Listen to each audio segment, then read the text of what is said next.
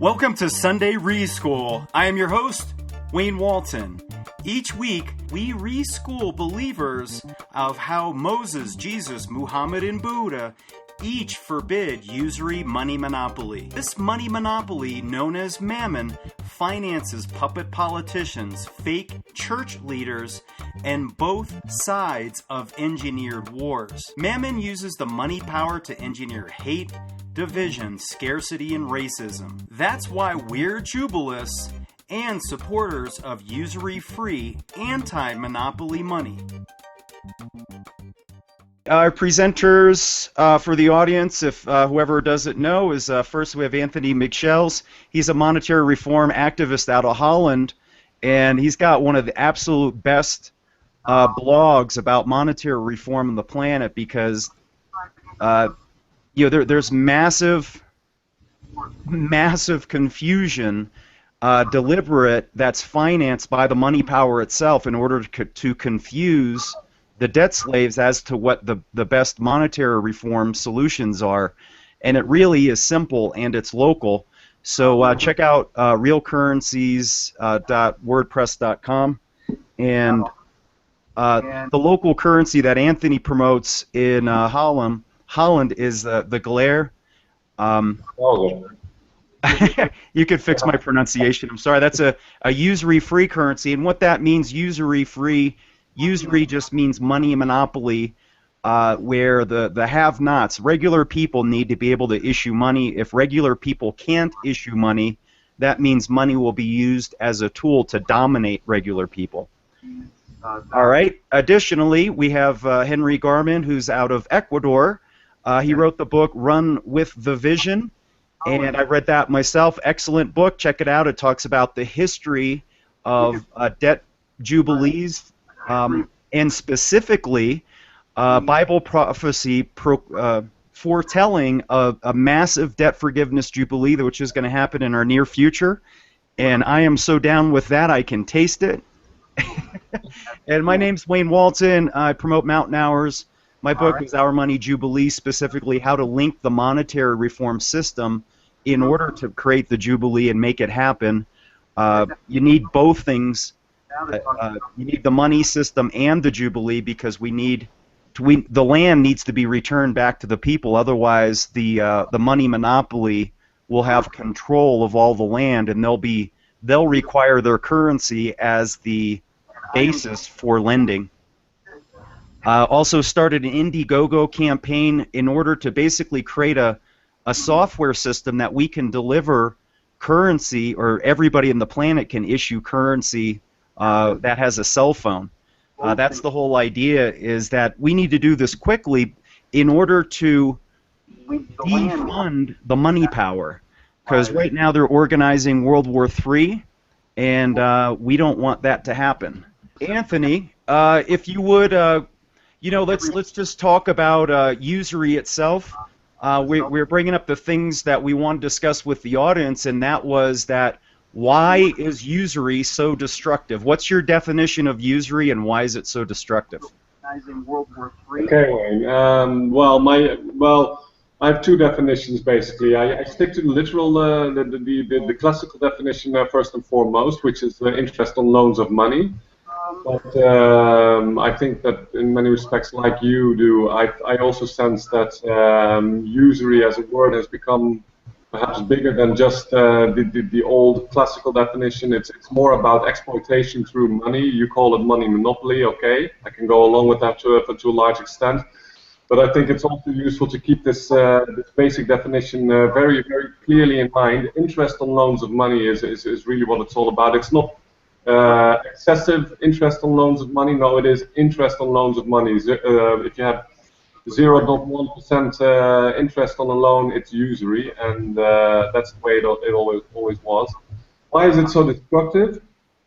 Well, one of the things of usury is it is so pervasive, and its implications and its results are so unpredictable and so incredibly It's such a massive impact on our daily lives, and it begins with this 5% per year that we pay on our mortgage, and we think, okay, this is a reasonable deal, 5%. I mean, who cares? It's only 5%, but if you look at a mortgage, my standard example is a 200,000 mortgage. In 30 years, you will be paying $300,000 in usury over the principal. So all in all, you'll be paying 500,000 to the bank for the mortgage that you took out for 200,000. And that in itself is huge. I mean, most people will have to work a great many years just to rake in this 300,000 to pay off the bank. But it's much worse than that, because a second issue is that even if you have zero debts, businesses borrow to produce, and they pass on this cost of capital in prices. So even if you have zero debts, 40% of prices are nowadays usury, and it's becoming more every year because of several reasons. And so this creates a huge problem. Usury is supposed, people will say, oh, don't go into debt and you won't face usury. Nonsense, because 40% for everything what you pay is usury. Another issue is that usury automatically results in hypocrisy. It's unavoidable. It's really simple. Just I think many people have heard the simple example of Jesus putting a nugget of gold into a bank in his day and age, and if he would come to collect now, he would have to the bank would have to pay out something in the equivalent of 2 Earths in gold, in pure gold, two planets, you know. Right, So right. it's unsustainable, and this shows why Albert Einstein once said that compound interest, and this was a physician, so he should know that compound interest is the biggest, something like the biggest force in the universe, and this is what it does. Usury will always redistribute from those who don't have money to those that do have money, because the poor have to borrow and the rich can lend. And if the rich lend at compound interest, then within 100, 200 years, they will be trillionaires and they will be ruling the world. And this is exactly what we are seeing today. So usury is the New World Order. People talk a lot about the New World Order nowadays. And this is unthinkable without usury, and it is unavoidable with usury. And that is why usury is so destructive. All right, I fully agree. Henry, what are your thoughts from a biblical basis? I think with respect, I always like to say that Jesus got violent with the moneylenders in the temple, and the temple is planet Earth, and he was just enforcing Mosaic law, which forbid usury. What are your thoughts there? It's important to recognize that the Jubilee was a historical reality. In fact, the event at Jericho was the Jubilee. So when the problem is that the Bible has been mistranslated. The original word there in the Jericho account is to carry the Jubilee. The word is not a ram's horn trumpet, but it says that the priests shall march around the city with the Jubilee, sound the Jubilee, proclaim the Jubilee. And so we have these unbelieving believers who think, well, the Jubilee was just a fantasy, it was never a reality, but actually it was a historical event, and then it was commemorated every 50 years, and the idea was to return to the original state of that happened at Jericho, where the people came into their inheritance. And it's important that Jubilee is about our inheritance, the people's inheritance, not about some central bank system controlling everything. So in the year of Jubilee, right after the event at Jericho, God said to Joshua, all the silver and the gold is mine. But then there was one fellow named Achan who saw a wedge of gold and some silver in a Babylonian garment, and he hid them under his tent. And so what he did was he took some gold and silver and he buried it in the ground. And I think actually that's very illustrative of our present situation. With those who see the present system collapsing, and there's a lot of like the libertarian advice, which is just to, buy silver and gold. It's kind of like bury your talent in the ground, and it's not really talking about building anything new. I think that's the problem. Is we need to recognize that the rule of law and having a monetary system that doesn't benefit just an elite is very important, very crucial. part of the solution. With those who see the present system collapse, and there's a lot of like the libertarian advice, which is just Yeah, it's kind of funny to hear myself talking. kind of like bury your talent in the In ground. it later.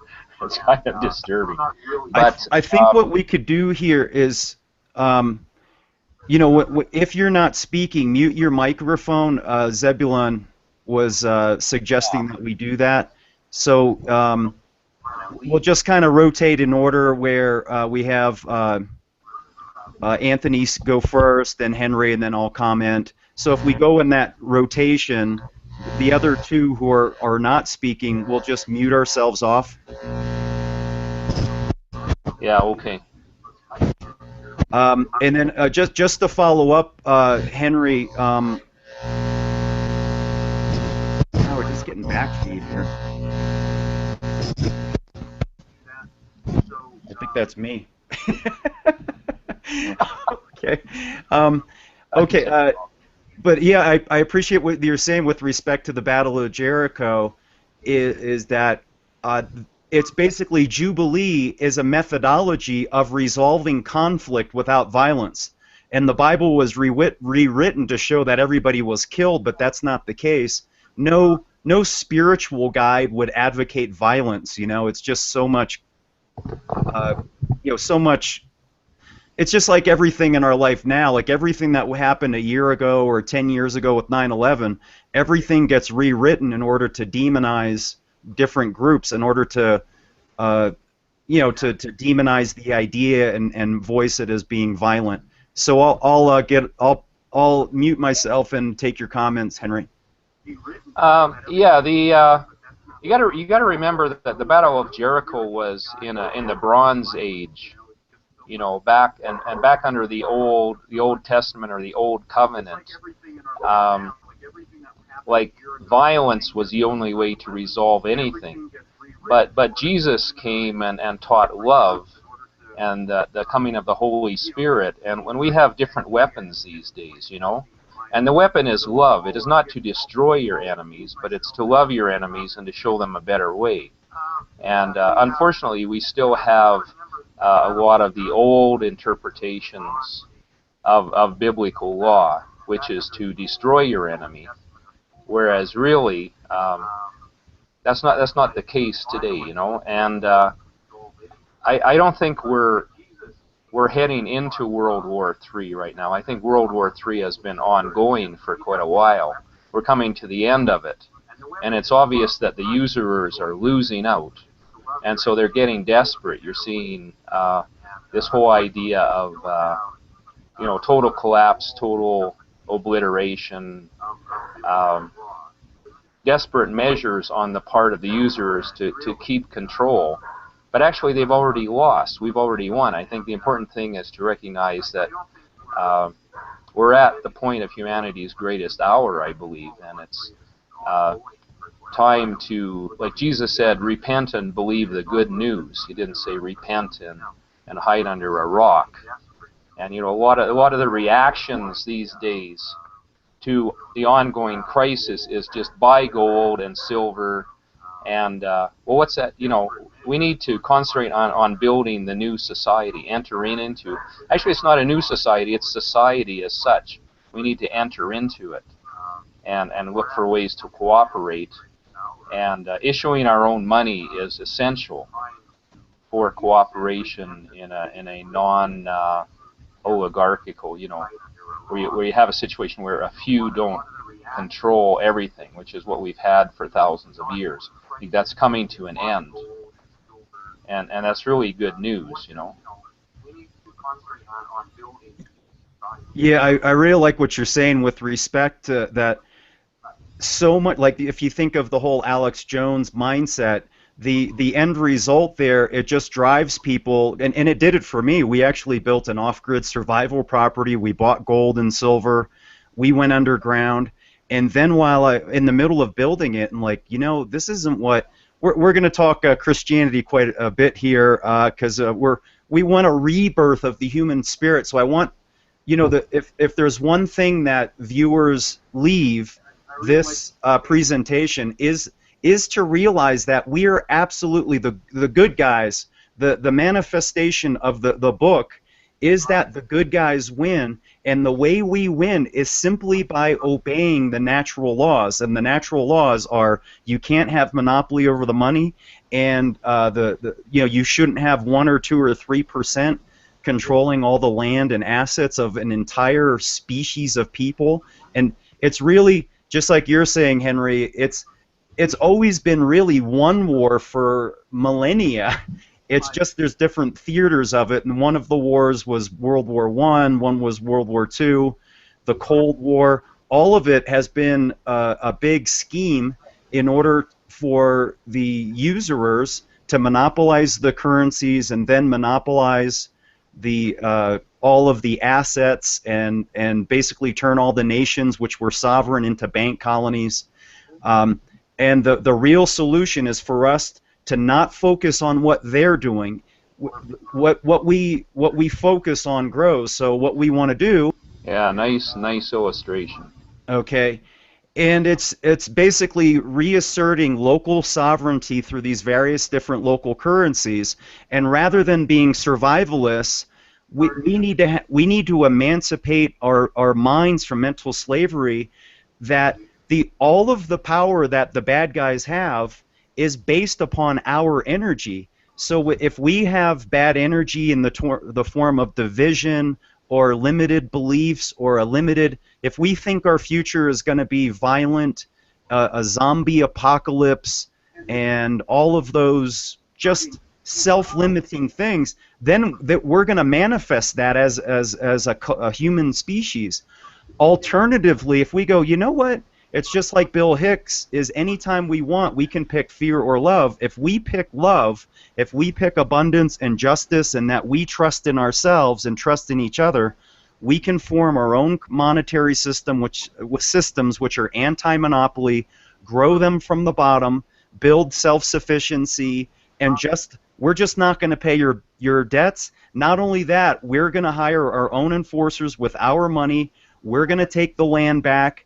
And 1% of humanity is no longer in charge. It's just, that's not natural. It's not natural for that to happen. So I'm going to mute myself, and Anthony, you are up, my brother. You know, there are a couple of items here. In the first place, people have never thought about money as being a tool. They've always thought of it as some sort of a force of nature that was just there and that they wanted more of, and that they needed to survive. And that's why they went out there and got jobs or opened a little firm for themselves or whatever they did. They were just making money to survive. And very, very, very, very little thinking into what money is, what its nature is, has been going on throughout human history, and this is really amazing considering the huge impact that money has had on all our lives and the lives of billions and billions of people. And one of the guys that that got me into this line of business was Bernard Littard, and he gave this analogy of a fish swimming in water. And for a fish, water is so common, you cannot think about water as something that you can think about, or you cannot think of another world, because water is his world. And this is very similar to our situation with money. And the fact is that money is a tool, just as you said, and money is produced by people, and it is created by people, basically out of nothing. Even if you have gold-based money, it is not money to begin with. It's just some yellow species that we dig up from the ground. It's what we do with it that makes it money. We agree to use it as a means of exchange to begin with, and then we coin some coins, and that's when it becomes money. But what money is, how it functions, how it can work for the people instead of for the rich, all these things, very few people have spent serious thinking time on this, and that is now changing, I hope. I know for a fact that actually that it is changing, and I'm really thrilled to be a part of that, to be honest, because I think it's basically the most important conversation that intelligent people can have these days. And another issue is that people are now so incredibly fed up with money because of all the mayhem that it has created with usury, capitalism, and of course its ugly brother Marxism. that they now say, many people say, oh, let's get rid of money entirely, and people are blockaded to think about money because they're just so upset with it, and they're so disgusted by the whole thing that that this hinders rational thought, and that obviously would be a shame. We simply cannot afford it because we cannot do without money. How do we know we cannot do without money for the time being? Simply because in many areas of the world there is no money or very little money, and these people simply starve, and we cannot have this. People, for some reason, people are programmed to desire quid pro quo. If they do something for somebody else, especially a stranger, they want something in return, and money enables us to exchange on yeah, well, basically on a very effective basis, but not if you have a money scarcity, and not if every transaction nets the money creator 40% of the added value of the transaction, obviously. And so what we need to do nowadays is just realize, just as the same with guns, guns don't kill people. People do, and that's the same with every good tool. A hammer can be used to smash somebody's brain, and it can be used to create a house. And there is a positive and a negative way of going about using this stuff, and this is the same with money, and we can design good money and bad money, and nowadays, with the current level of monetary theory, we can create really high-end units that don't redistribute at all from either the rich and poor or vice versa. We can create money that is abundant, that allows full exploitation of all the resources and all the human potential that there is, because that's what we're talking about.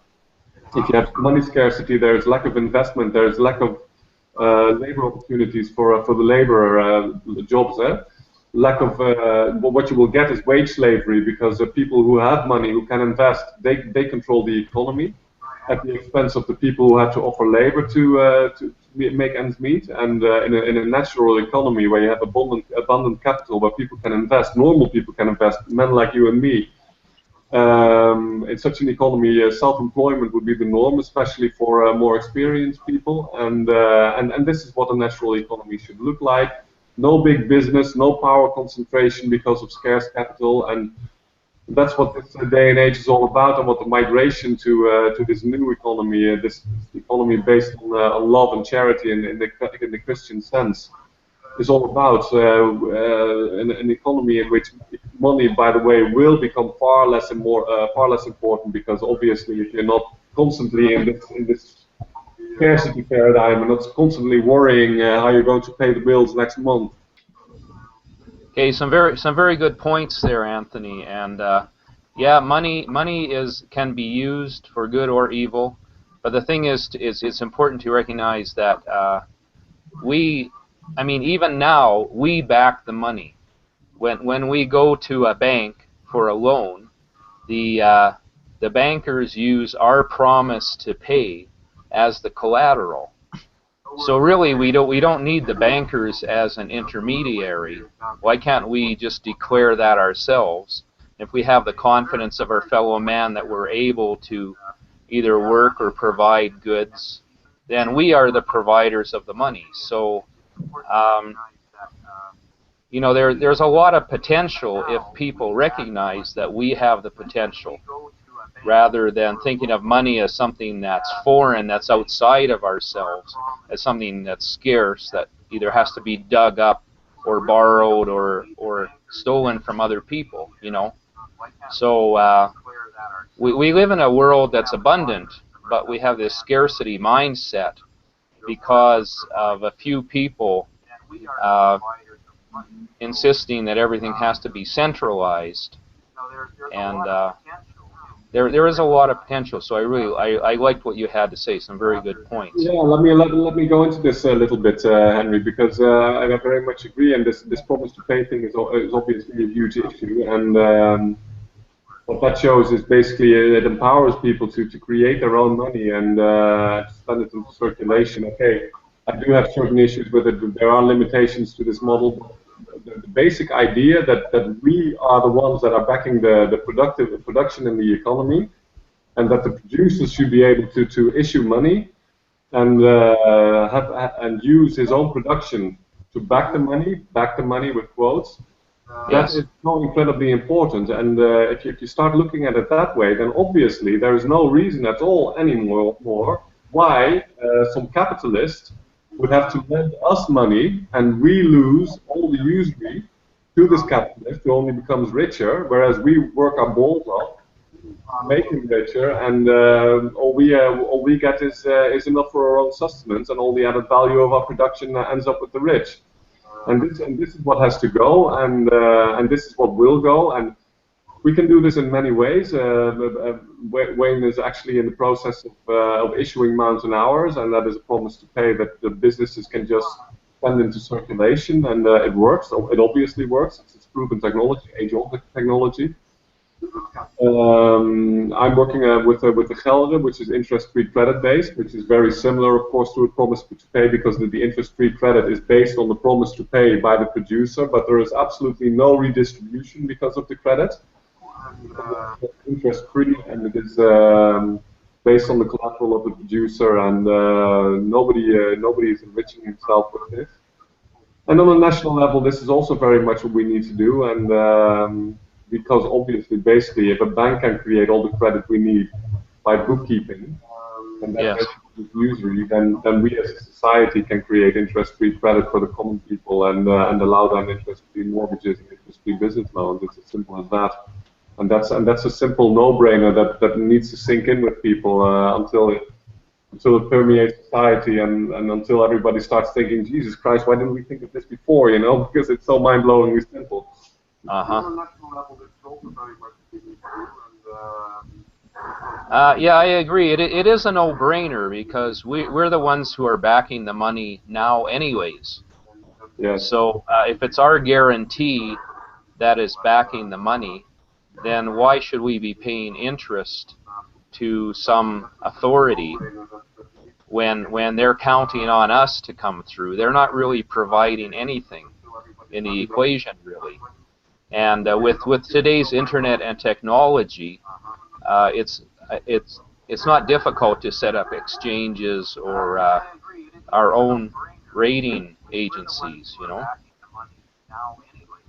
Yes, very much so, and it's purely because of people not informing themselves about money, and because there is no structured body of thought throughout human history about what money is, that this actually could have transpired. Because it's just such a sleight of hand. You go into a bank, you promise to pay, and on the basis of that, a bank creates money, and then takes in all this usury, and we work.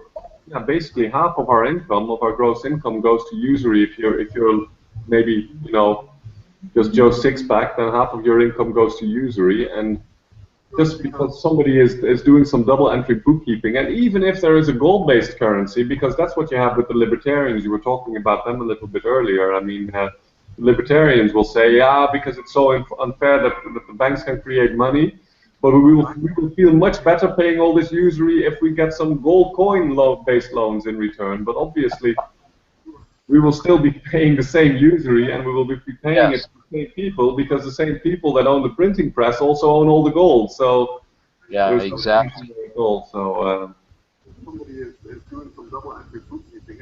So Wayne, are you there? yeah, Wayne is having some problems still with the mic, I'm afraid. Okay. You also talked about Bitcoin and public banking. Yeah, good. Okay. So what's your opinion of those two alternatives, Bitcoin and public banking? And are they a part of this solution, or do they fall short? What do you think? Well, Bitcoin, I sort of slightly like Bitcoin in the beginning because it's a free market unit. So it seems like a decentralized unit that is brought into circulation by God only knows who, which is a bit of an issue, because I would like to know who is creating the money.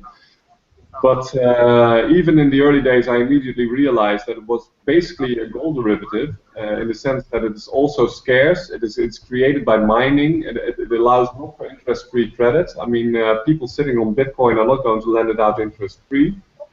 And this money scarcity creates a huge problem, because Bitcoin has been appreciating in value from a few cents in the early days to up to $1,200 a few months ago. And the problem with this is it sounds great. Huh? I mean, it is great if you bought a few Bitcoin in the early days for a few cents, but the problem is that people buying in later are paying for the riches of those who adopted earlier, and this is just a wealth redistribution scheme. It shows that money is scarce, otherwise the exchange rate wouldn't have been rising so quickly.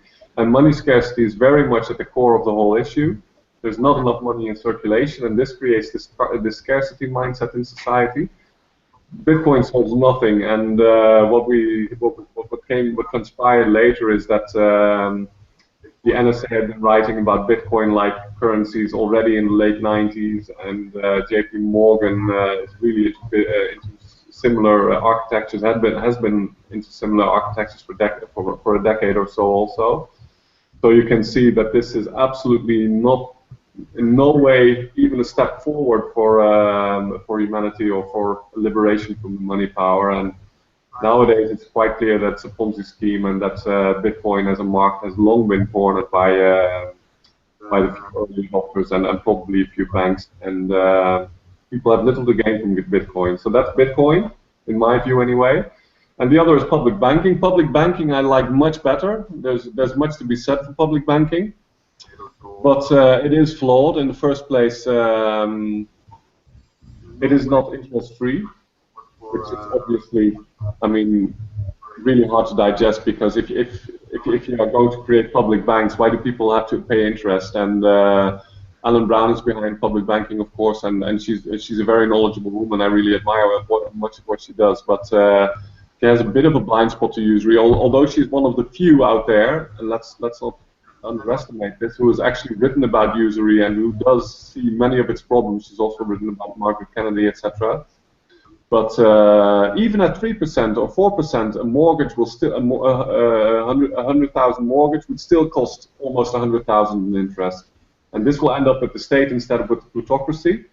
But usury creates money scarcity, and people don't like taxes. Just as they don't like usury, they don't like taxes. So this would be basically a tax for the people, and it would be a tax that would be paid more by the poor than the rich, because the rich don't have to borrow. Simple as that. And therefore, it's not sufficiently thought out, public banking in its current form. And Wayne is adding that public banking is monopolized, and that's also a serious issue. Although public banking could be much decentralized, because it can be done on a city level or on a state level. So in the United States, for instance, where you have, in fact, I think that public banks on the state level or city level will really help to grab some power back from Wall Street and Washington, which is obviously a big issue in the United States with overbearing federal government, etc. Anthony, I think so basically you said the problem with Bitcoin is that it's not really functioning as a medium of exchange. It's more a store of value where the originators profit from those who come in later, and it's scarce. And then with the public banking, the whole issue of interest is still a part of the situation.